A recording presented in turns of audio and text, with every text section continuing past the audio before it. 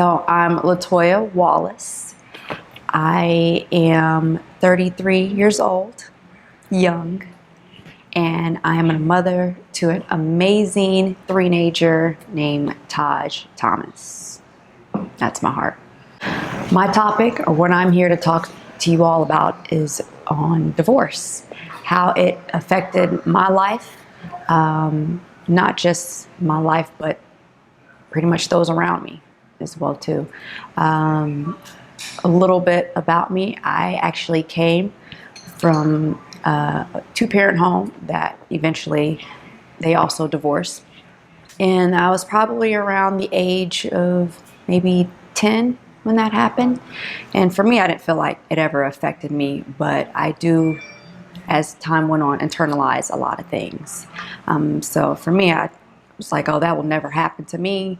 It's not really a cause or effect. I'm fine, until I became older and got into relationships and did not realize how my parents going through a divorce, how that affected me. And coming from kind of a lineage of families that, never really stayed together very long. So for me, I always said, you know what, God, I'll never be in that position. I know when I get married, I'm going to be one and done, and that's it. I don't want to have to go through what my parents went through or what their parents went through. So when I became an adult and I got married and ended up going through a divorce, it broke me. I felt like a failure. It actually took a part of me. When I got married, the day we got married, it was actually just in a courthouse on Valentine's Day, and I felt there was a spiritual shift that took place. And when we divorced, the day I signed my name, there was also a shift that took place, and it felt like a part of me was gone. Whether or not we got along or however the case may be with divorce, it is taking a part of you that you really can't get back anymore. So for me, when I left that courthouse, yes, people say, oh, you got your name back or you're free. But I still felt like I failed, because I said, I don't want to go through the same generational divorce patterns that both of my sides of the families went through. And I battled with that for a while. And still today, every now and again there are some effects, but I feel like I am a lot more further than where I was when I actually was going through the separation and finalizing my divorce. We were married, legally married for 3 years, I said, but technically from day one we were pretty much already divorced, because we walked in pretty much with the foundation, a house built on sand. And what I mean with that is our foundation wasn't solid. So we walked in already going with semi of a mindset of divorce. And then it actually happened. After everything was finalized, like I said, I felt like a piece of me was gone, because I knew I would always share my life with this person, even through the ups and downs. And even if it took to the point where my life was, I was losing my identity, but I just said, I'm going to keep making it work through, because I just don't want that same generational cycle to happen. But it just kept getting bad to worse. Unfortunately, we just kept growing apart. And there's other things that, had happened within the marriage. So I began to get counseling. I also prayed and said, God, you have to send me a mentor. So I had a mentor to help me along the way. And they're still here, a part to help me along the way with my counseling and mentorship. I'm very thankful for them, because if not, I don't think I would have gotten through, and definitely without my family. And not only that, but just having Christ in my life to be able to pray through these things, because there were some nights I felt alone, being a single mother. And I know there's single mothers everywhere, and I shout out to you guys and kudos, because it is hard. I just didn't think I would ever have to go through that. Like, oh, I'll never go through that. But having to go and grow through that was a challenge. And to go to like birthday parties and see married couples together with their children, and it's just me and my son, sometimes it was very devastating to me walking away from those parties, because I just didn't imagine that, But one thing I can say is, I don't regret it, because I have grown into the person where I'm at today, and I'm still growing. And I have the opportunity to be a testimony for somebody else that's either going through it or thinking about it. Divorce, it's a lot, I was telling my mom, I said when I went to the get my license changed, went to the Social Security office, the amount of people were just like, it was more celebratory, like, oh, you're free, and oh, this is like my third one, and I know how it is to go through a divorce, and honey, I'm happy for you. And where I heard about divorce parties, I didn't find that to be fun or exciting at all. Like for me to change my last name, to go back to that, it actually hurt me, because I'm like, I never imagined having to go through this. And when they say it's cheaper to keep her, they're not lying, because it is. It was expensive, it was stressful, and I wouldn't wish it on anybody. It was a live death to me. It's one thing when somebody dies physically, you'll mourn and you'll have your time, but you know they're gone.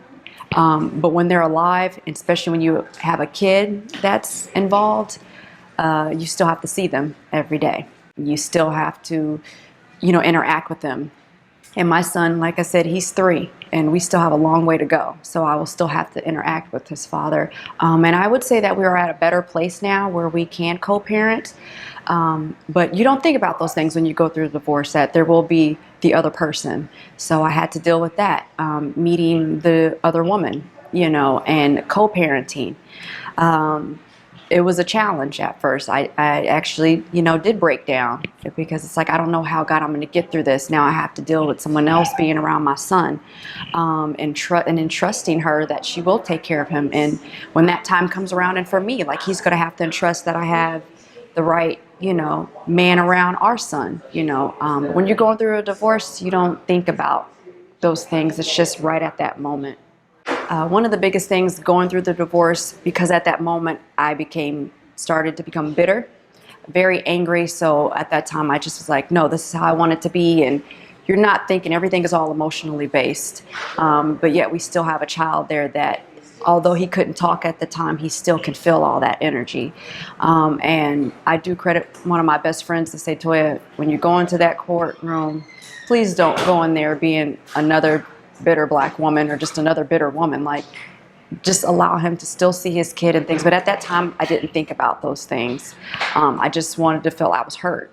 Now I'm looking back, I'm glad that I didn't further progress with that, because it would have went from bad to worse.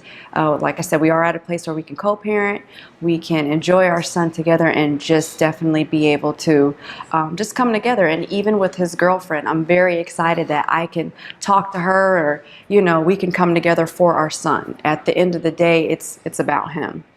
Where I'm at now in life, I would say I can definitely talk about divorce without not feeling any type of negative energy, or even talk about marriage. There's once upon a time when someone was like, oh, you'll get married, or things like that. I couldn't even talk about that, because I'm like, no, I don't. I knew I was going to be one and done, and I don't even care if I ever get married again. But now I can actually say I'm happy to talk about marriage and move forward, and just enjoy a new life, and to know that, yeah, we made some mistakes. We went through those things, but those mistakes didn't make me. So we live and we grow.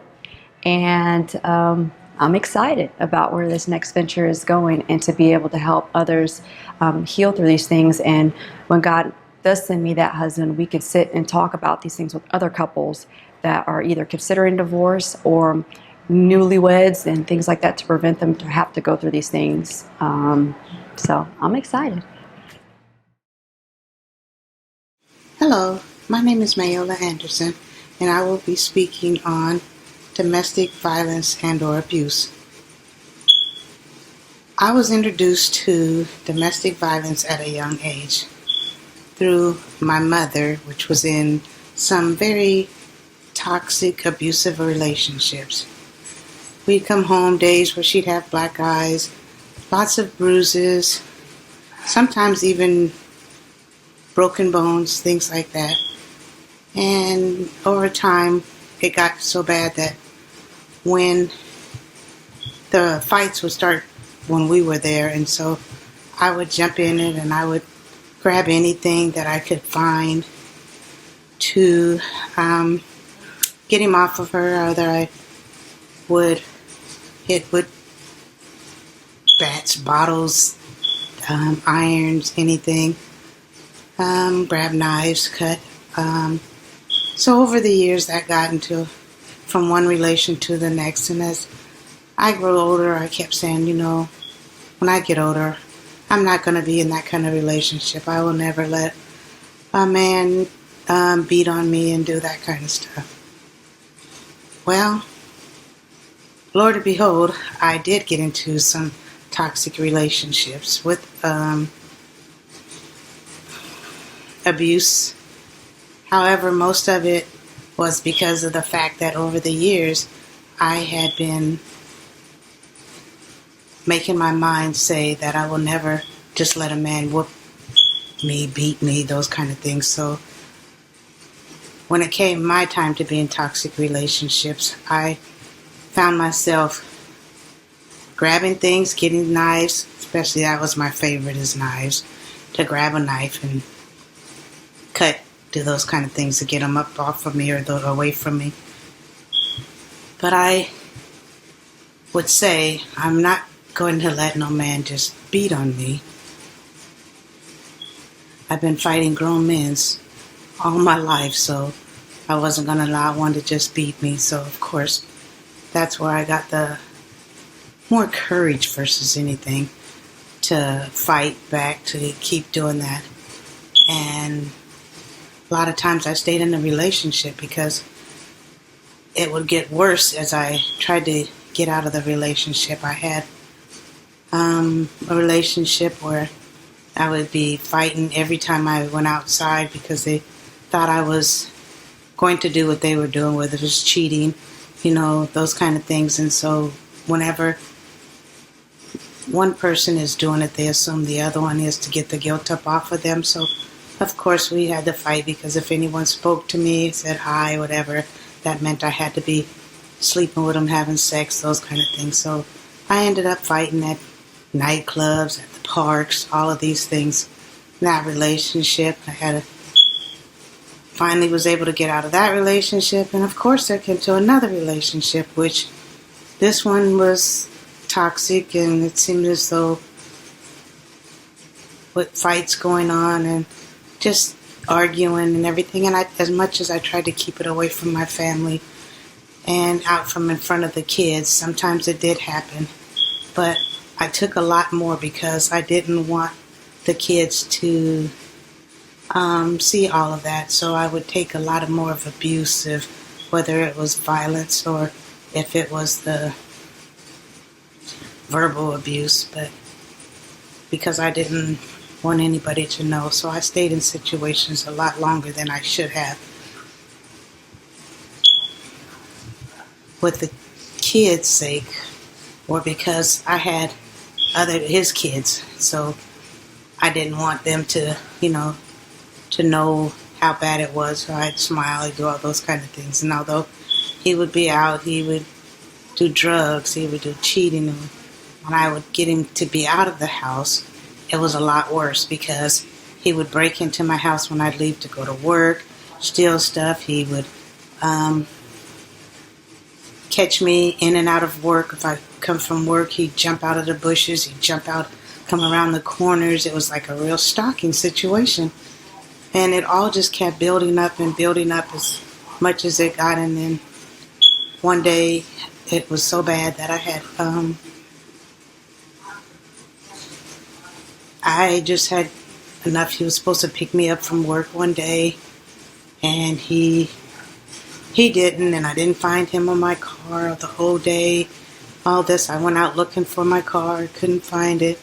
I find it in wee hours of the morning, and when I find him in the cars with some women, and and he just kind of gave me this old laugh, like ha ha ha, in my face, and it just like did something to me. So of course I had a knife that was in my pocket that had the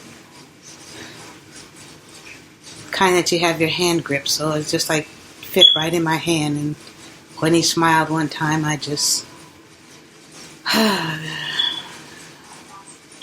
put it to his throat and tried to cut his throat all the way, but it didn't. I thank God for that.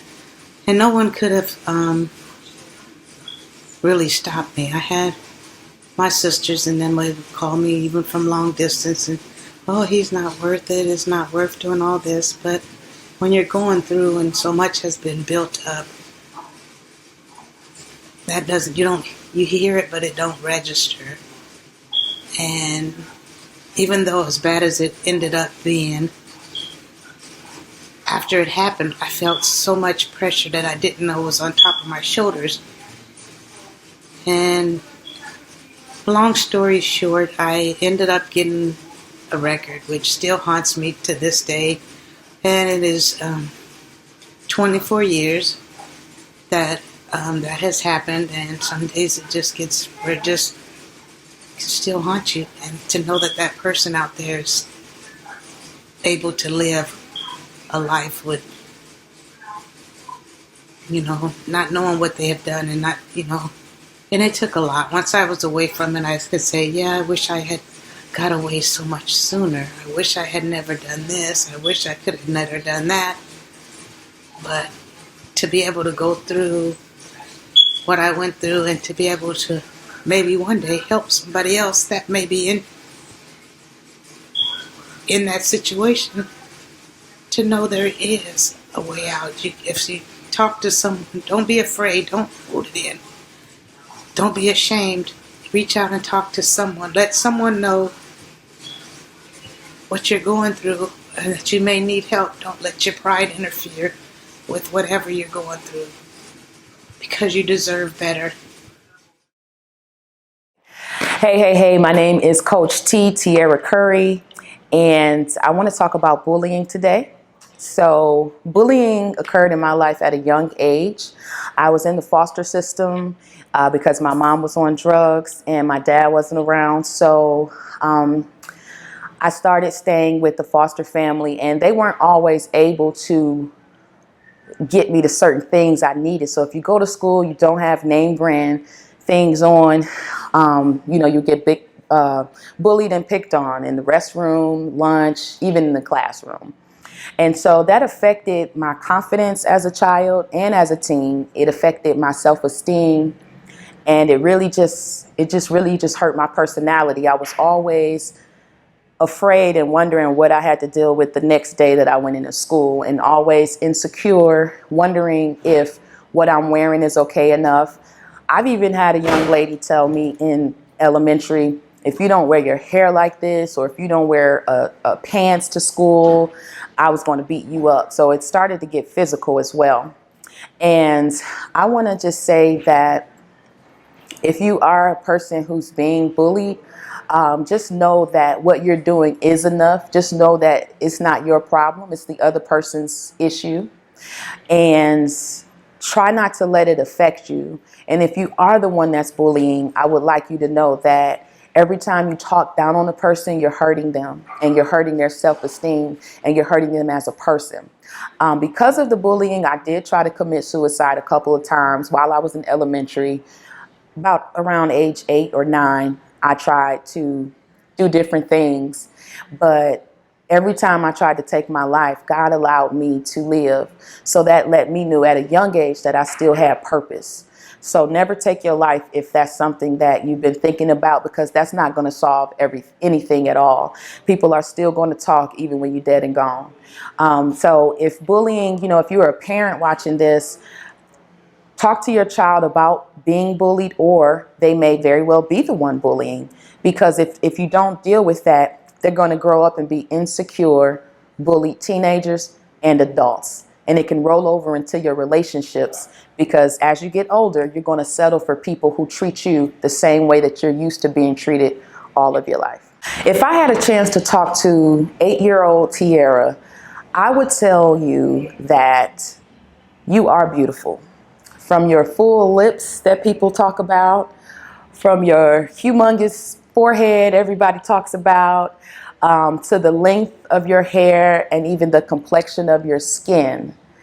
You are worthy, you are worth it, you are God's creation, and you are beautiful. And there's somebody, whether it's a friend, that's going to love you for who you are. And those are the people that you want to connect with, and those are the people who matter, not the ones who talk against what you have to offer.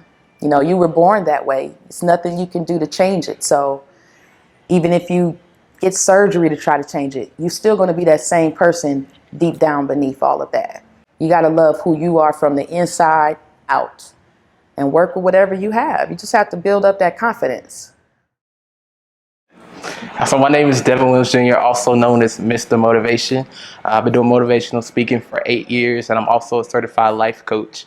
The reason why I'm here today is to speak on anti-bullying and what bullying did to my life. So to know a little bit about my bullying experience and my story and how it came about, you have to know about my situation. So I came from a small town in North Carolina called Blunt's Creek. If you've never been there, you probably don't know about it. And my class was one of the smallest classes to ever go through that school. I had about 13 students from the time I was in kindergarten all the way till 8th grade graduation. So it was one of the smallest classes. So everybody was pretty tight-knit and family oriented. But what happened was we were a K through 8 school. So in kindergarten, I'm on the bus with 8th graders and 5th graders and different things like that. So my main experience with bullying took place on the school bus, but also we had interaction in school. And being that I came from a small town, I kind of had family and everybody around. But at the end of the day, it just caused kind of some turmoil because I was the nice guy, the friendly guy. So people started to come after me because of that. So of course I got racial slurs, I got gay slurs, I got hit several times on the school bus, and all of that together just made me realize that people can take your niceness for a weakness. But I didn't really truly understand all of that in the moment. I just felt like they're older than me, and this is what they're doing to me because I'm small, because I'm not up to their level. This is just what takes place. This is what happens. Oh, so this is what happens from that situation. This is what happens from being small or being a person that is inferior almost in a sense. And they just came after me time after time again. And I didn't know how to respond. I didn't know how to act about it. And then there was this no snitch mentality. So don't be a snitch. Don't so I'm not telling my parents. I'm not telling friends even. I'm just dealing with it because I feel as my development stage, this is what you're supposed to go through. This is how you're supposed to live. I thought bullying or what they was doing to me was natural, was what was supposed to take place. Knowing what I know now, I probably would have told somebody. So I'm actually in the process of writing a book called The Silent Tears. And there's a lot of things that I dealt with in life, bullying being one of those things, that if I had spoke up, if I had told somebody, if I had said a word or two, or just told how I was feeling, what I was going through, I probably wouldn't have to dealt with it. But a lot of times, feeling like you're small, even though I was a big person, I ain't never been small. Even though I was a big person, I felt being that you feel that you're being small, it's like I have to hide this, or I have to cover this up because I'm strong, or I'm this because I feel defenseless. I feel weak. I feel like nobody's gonna listen. Nobody cares. So I'll just put up with it the way that I can put up with it, the best way that I know how to put up with it. And there only became one point, and that was in the 5th grade when a girl was constantly like on me and constantly bullying me, constantly pushing me. And that was the breaking point. That was the moment when I was like, Mom, we got to fix this. This got to stop. And I told my mom, and she called the school, and they got stopped. But then I had to deal with the remnants or the repercussions of that. So now I'm like, well, I told somebody, it stopped. But now it's like, now they don't want to be around me. Now they don't want to talk to me. So now I have to deal with the repercussions of speaking my truth. So it's like, if I don't say anything, at least I don't have to deal with the repercussions. So it was like, just shut down completely, just be done with it completely, so I don't have to deal with the repercussions of losing friendships or having people that don't want to talk with me or joke with me or anything like that. So I'd rather go through that battle and go through those different types of things than to tell and then be exiled. So either way, I'm exiled. If I tell the truth, then I'm exiled. If I don't tell the truth, then I'm still exiled. So either way, understanding that people are not going to accept you all the time. And the biggest thing about bullying for me is when people see you doing well, or they see something that they want to be doing, but they can't do it, they go after the person that's doing it.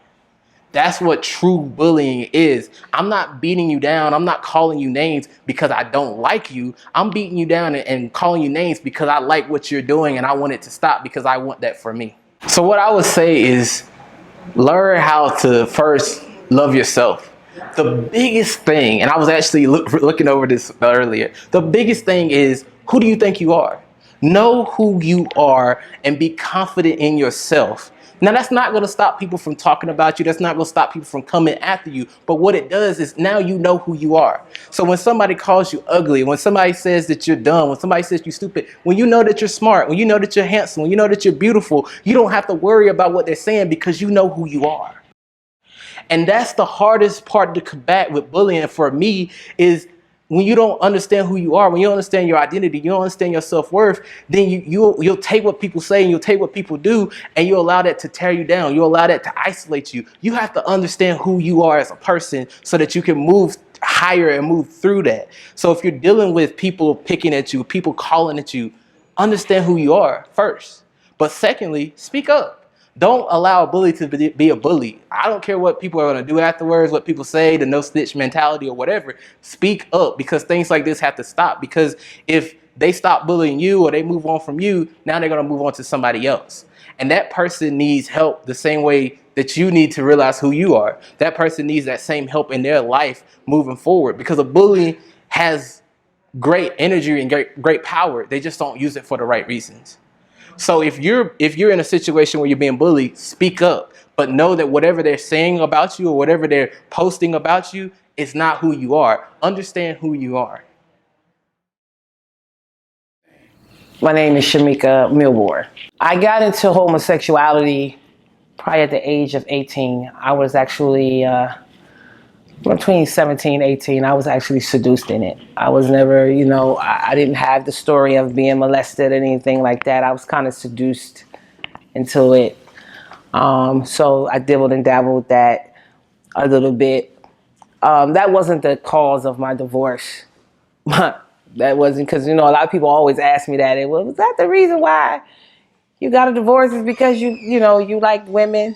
No, that wasn't the cause of my divorce. We just had what they call we had just had differences. What's the word for it? Inseparable differences. I was night, I guess. He was day. It just didn't work out. And as I got, older and understand that, first of all, I got married too young before I just got married because I thought it was the right thing to do. You know what I'm saying? Being in the church, the first thing they teach you is to get married, And so, and then I also, digging deeper after the divorce, I realized I really did it to get custody of my son as well, So they was the reasons. But I started dibbling, dabbling, with women here and there. But I realized that the reason was, it was deeper than the fact that it was just a seduction or the fact that it was just, me just liking women. One of the first person I felt as though who actually loved me, who said they loved me, and I actually felt love from, was a woman.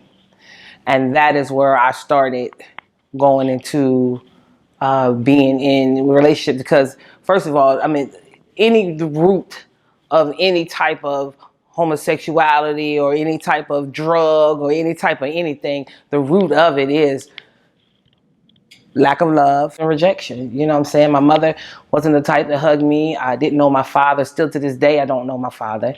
And I've been rejected from birth. I've been rejected from my mother saying she never wanted me. And so I never felt that love and that nurturing that I needed. And so when you don't have that nurture and that love and need, you go into things that to try to find those things, And so that was the stemness of, or the root of me going into homosexuality, looking for love. When I got converted, I was Jesus, a Bible belt, you know what I'm saying? I was all about Jesus. But when I started messing around with this young lady, I didn't know how, I just know what I felt. And, and that is one of the tricks of the enemy. When you don't know love and then you feel something you ain't never felt before, that right there, that's what gets you caught up in. You know what I'm saying? Because you just looking, you searching, you don't know, you young, you know. And so when I felt that from the young lady, I grabbed onto it, and I took that as to being real and what love was. And so, you know, I was here, I was that, and I was this, and you know, you went through the struggle as we all do, as we all got something that we're struggling with. We know we love God and this. I'm in the church, I'm in the choir, but you have this on the side. So I dealt with that. It wasn't until where I actually did the transition. At this time, I'm still what you consider to be a femme, what you consider to be a female who still wear hair and makeup and this, that, and the third. But I did go through a transition where I transitioned into the male role in my life. And so that was a whole nother thing. You know what I'm saying? One of the things that I say to people all the time is, what you see, stop judging people, because what you see, that's what they do. That's not who they are. That's not who I am. What you see because I dress like this, that's not cool. That's not who I am. You know what I'm saying? We were sent here for a purpose. And what I do, because whatever, my motto was, I'm sorry to get off of this, but my motto was, you are shaped in sin, you are born into sin and you shaped in iniquity. Just because I chose my sin or I chose my iniquity was homosexuality, your iniquity might have been snorting crack, your iniquity might have been fornicating, your iniquity might be. Stop judging. Stop judging people. That's what they do. That's not who they are. And so the church today is not speaking to the people of who they are. They're just speaking to what they do. And that's why ain't no change. I don't mean to get to preaching. Don't get me to preach. All right. We want to get back on the subject. Because I'm going to start preaching. Because I'm sick and tired. I get judged all the time. I know who I am. I know what I'm called to do. I know why I'm here. I know why I look the way I look. I know all of that. But people still just judge. And it's just like, I'm just like so over it right now. You know what I mean? You get to the root. Yeah, that's the first thing. And how to get to the root is through love. Not judgment, not throwing Bible scriptures. Okay, the word works. You know what I'm saying? But the word works when you speak through the word through love, not judgment. There's a difference. So when you can speak the word, but it's through love that would connect to their spirit. Because when you go after their flesh, that does nothing. That just hit the flesh. That's just, it's the spirit that needs to be awakened that would change who they are and all of that. So, what I'll say, I would just go into love. It depending on what area they need, find their history. Find your mother, your father. How was you raised? What's going on? What made you go this way? How do you feel? You have to get down to the root of it. That's the only when you have a toothache, okay? You can sugarcoat and cover it with Epsom salt, and you can use all these drugs. But until you get to the root of that thing, it's just going to keep coming back up. So love is the antidote to dealing with homosexuality. Love is the antidote to dealing with anything. That's what God says. I'm love. Why? Because it's the cure for all. It's all cured. It's the cure for everything. But you have to do it in love, whatever that situation is, whoever it is, whatever it is. Love is the antidote. And that's how. That's what you're going to do. When you speak to somebody, you got to speak it in love. You know what I'm saying? For any person who dealing with a sibling, whoever it is that's dealing with that spirit, who doesn't understand even something. Half of the time, we don't even understand what we're doing.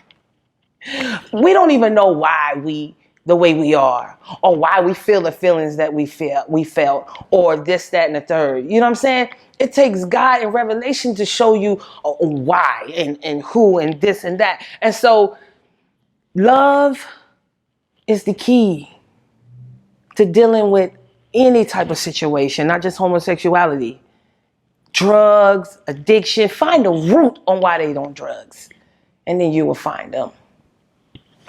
I'm doing this, and I went through that for a bigger purpose and for a reason. So if I went back, I don't know if I would tell her to change anything because it's bigger than me. Why I went the way I went was for a purpose, and I'm still fulfilling that journey today. So I don't know if I would change her. I don't know if I would go back and say change anything. Besides, I feel as though far as the earth realm, far as me getting my education and being better financially stable, but far as spiritual and who I know I am and where I'm going, because I know, I wouldn't tell her to change a thing. If I could talk to somebody who is going through that, and before they went through it, I would tell them to find a root on why, and to make sure that is actually that's who they are. Again, the root, half of the time or majority of the time, I would say 99% of the time, because we have people who actually had mothers and fathers that were raised and still are homosexuals. So you had a mother and father. Why are you a homosexual? And it is so big because sometimes, that's why I say I believe that some people can be born with that. It's generational curses. That they just born that way. And they growing at kids and they switching at 2 years old. They don't know anything about that. How is that? There's generational curses. It could be that way. It could just be through lust. It could be through all different kind of things. So find the root. Find out why. And search deeper on, is this really me, or is this something deeper going on?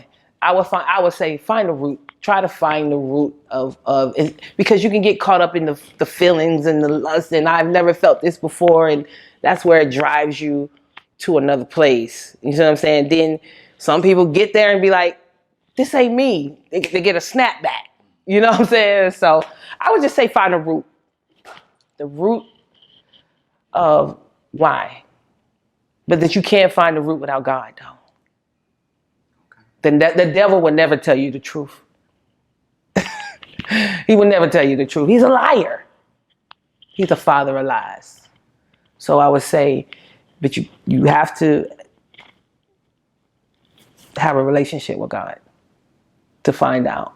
And his grace and his mercy, even if you do it, his grace is sufficient for every journey, for everything you're going to do. His grace, he died for it. He died for everything you're going to do already. He already know. You can't surprise God. You can't surprise him. He already know. It's in your DNA. He already knows. So you have to find your journey on what your purpose is and why you're doing what you're doing. So that's what I would tell him. What I want to leave is go after purpose. Find out who you are outside of what you do. What you do, it's not who you are. Your job ain't who you are. Your sexual relationships is not who you are. You know, none of that. It's not who you are. Find who you are in God. Why are you here? Okay, you're just not just taking up space just to be taking up space. God don't make no mistakes. Everything he do is strategic and it has purpose. Okay? Find out, be awakened in your consciousness to find out, why am I here, who you are, what you're supposed to be doing outside of what you do in the flesh. Good evening, everyone. My name is Victor Eugene Thornton Sr.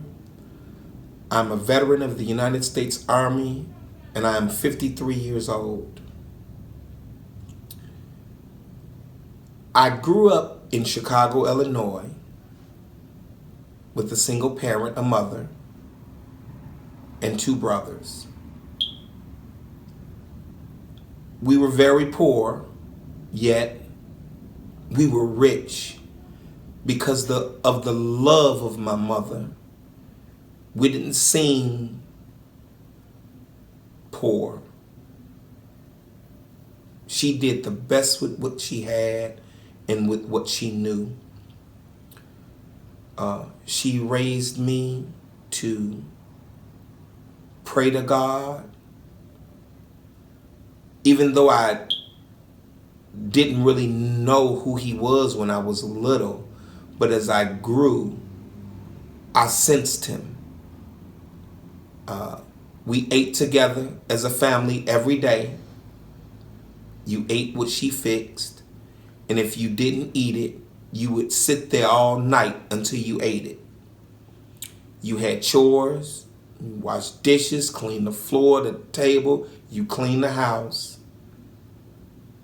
And on Sundays, again, she didn't force religion on us, but on Sundays, in April, Easter, you went to church.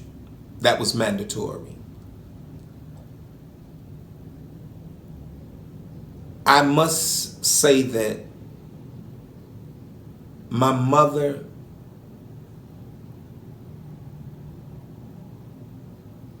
the teachings that she taught were so beneficial. She didn't do things for us or give us things like that. She allowed us to learn, to explore. I love sports. I played the baseball, softball, hockey, football, whatever, me and my brothers. She taught me how to sew, how to cook, how to clean. And today those things are very valuable. I'm grateful for the mother that I had. And all she wanted us to do was to graduate high school. And I did that in 1983. Yet when I graduated, my mother, being very strict, and I understand her now because, I was raised in the projects. I had to make a decision, and the decision was for me to leave. And I moved with my grandmother in 83 after graduating high school. And my grandmother spoiled me. She spoiled me something rotten. She bought me a car, gave me money, anything that I wanted. But enough became enough because I was dibbling and dabbling a little more in drugs and hanging out. And she gave me an ultimatum, either to go to school full time and she would pay for it, or go in the United States military, because all my family had been in the military. So we were a military family. So I chose neither. And she took me downtown, her and my grandfather, and signed me in the United States Army herself. I was still 17. I was turning 18 October the 23rd, and I signed in October the 4th because she said enough was enough. And I went and I signed up for 8 years. And in all my travels, I came back home, and my base was stationed here in Illinois.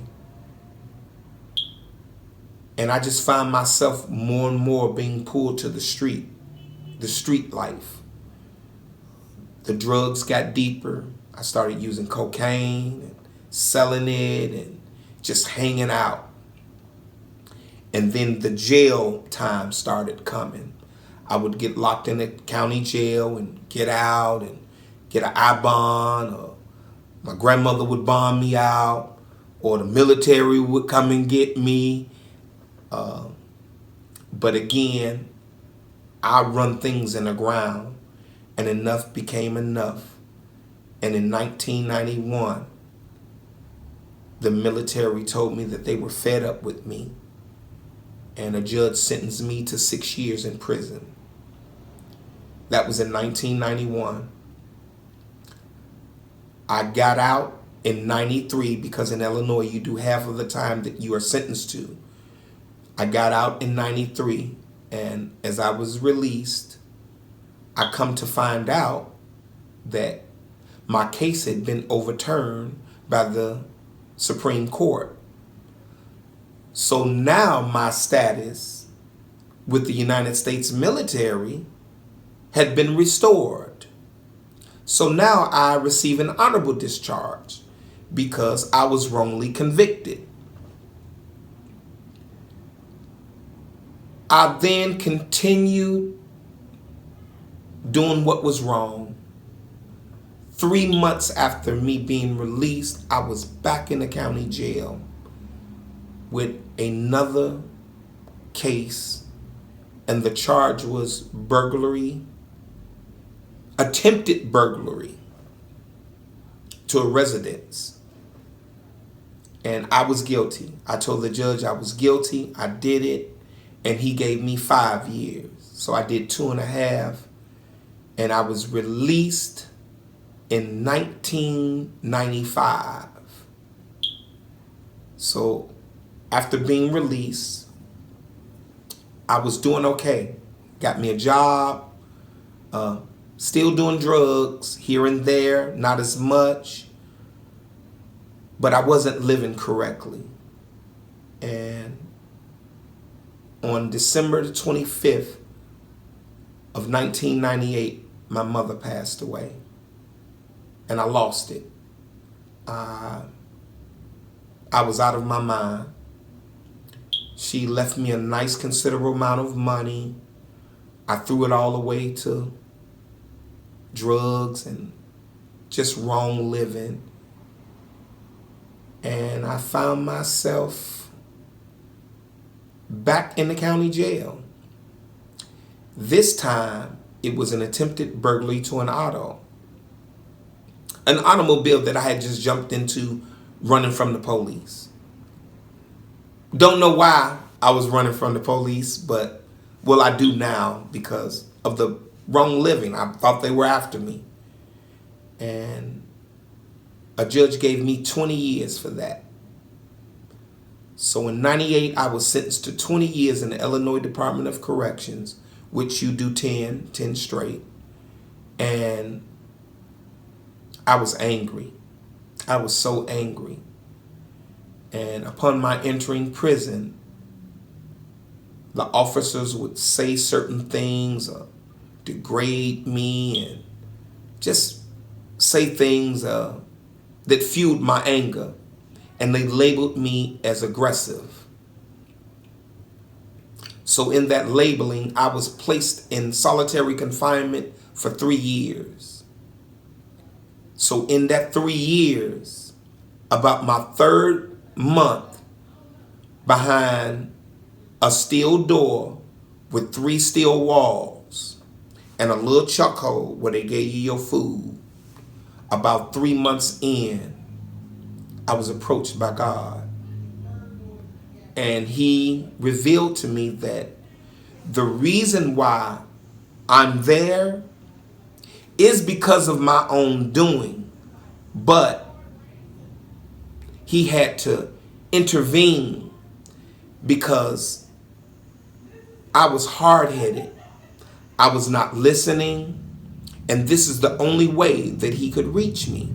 This was the best way. And I sat at God's feet for that solid 3 years.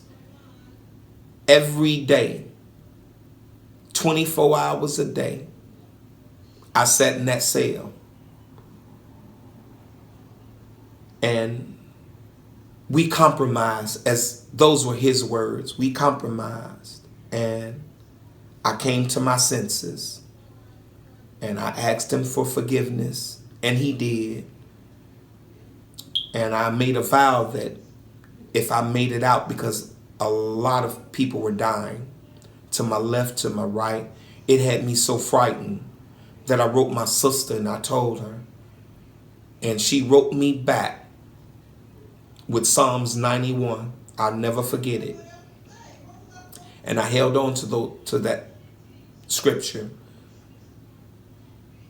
So I made it out of segregation after the 3 years was up, and I had 7 more to go.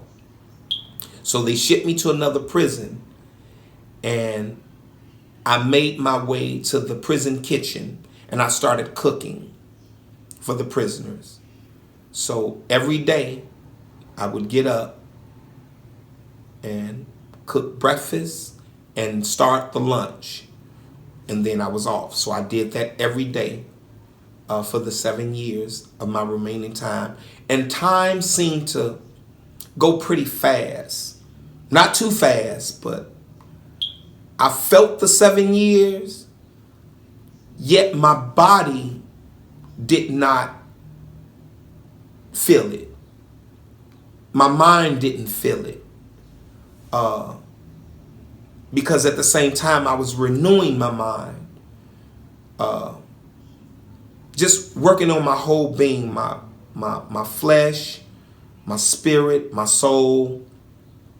And upon my release, just before I had nowhere to go, and a fellow inmate advised me to write A Safe Haven, and I did. They responded within a week, and they told me that I was welcome to come. So I was released to A Safe Haven May 27th of 2009. And upon there, I was given a sort of itinerary. It was like a schedule. It was an everyday schedule of what was needed of me. Things that I must do in order to reestablish myself back into the community. It was sort of like a reinstatement, restoration. And each day I attended meetings, Alcoholics Anonymous meetings, inside the facility and outside the facility. But it was a while before I was able to go out because they wanted to get you acclimated with the program. And in me getting acclimated with the program, a gentleman by the name of Alan Skip Land approached me. He was the chief operating officer. And he took me under his wing. He had me doing all type of things to keep me busy, along with my daily schedule, which had to be documented every day of what I did. And he gave me some tools, and I used them. He suggested of me not to get in a relationship for 1 year, to focus on my spirit, my body, my being, and to give myself a chance. And I did that. And in that, everything worked out. So it was time for me to start reestablishing myself in the community. And in the midst of that, in 2010, Haiti had an earthquake. And a lot of the Haitians came to Illinois, and A Safe Haven took them in. So I started cooking for them, volunteering, receiving clothes, and just completely volunteering my whole being to them until they got on their feet and back to a family, whether they were in Florida, wherever they was, we'll get them to their people. And in doing so, it gave me a sense of life, what it was about. And it's about helping others. And in doing that for me, it helped me. So one day, Mr. Alan Skip Land told me to go here, and because I have cooked for him, and cooked for a lot of other people, and they liked my cooking. So he told me to go there, and I went. And it was a catering business, and the lady there, the general manager, told me to cook her something. And I cooked her something, wasn't nothing fancy, and she liked it. And she told me right then and there I was hired. And from then on, it was just, God was just opening doors. I was restored back with my son. Found out that I had a grandson who I love so much today. His name is Josiah. And my son's name is Victor after me. I'm senior, he's junior. And I felt that I was being restored. Everything was coming back. But yet I needed to continue to do what was right. So after 7 years at the catering company, I decided I would retire because on my feet all day, 13, 14 hours a day, things were getting, pretty much hectic, and started using some of my military benefits. And now today I live downtown Chicago. The retirement got boring after 3 years. So I went into the hotel business, and I worked for a prestigious hotel downtown Chicago. And I'm in a healthy, good relationship with my grandson. And things are looking really, really good. I'm in a healthy relationship with my brother, Douglas, who I love very much, and Wanda, his fiance, and I love them so much. And I'm so proud of Wanda. And they have been praying for me and helping me and just being my family. And that's what family is, and that's the way I was raised. So my relationships now are healthy, and it's all due to my relationship with God. Because in order for me to have healthy relationships with others, I first had to have a healthy relationship with my Creator, because He created everything. So He has showed me how to have a healthy relationship. And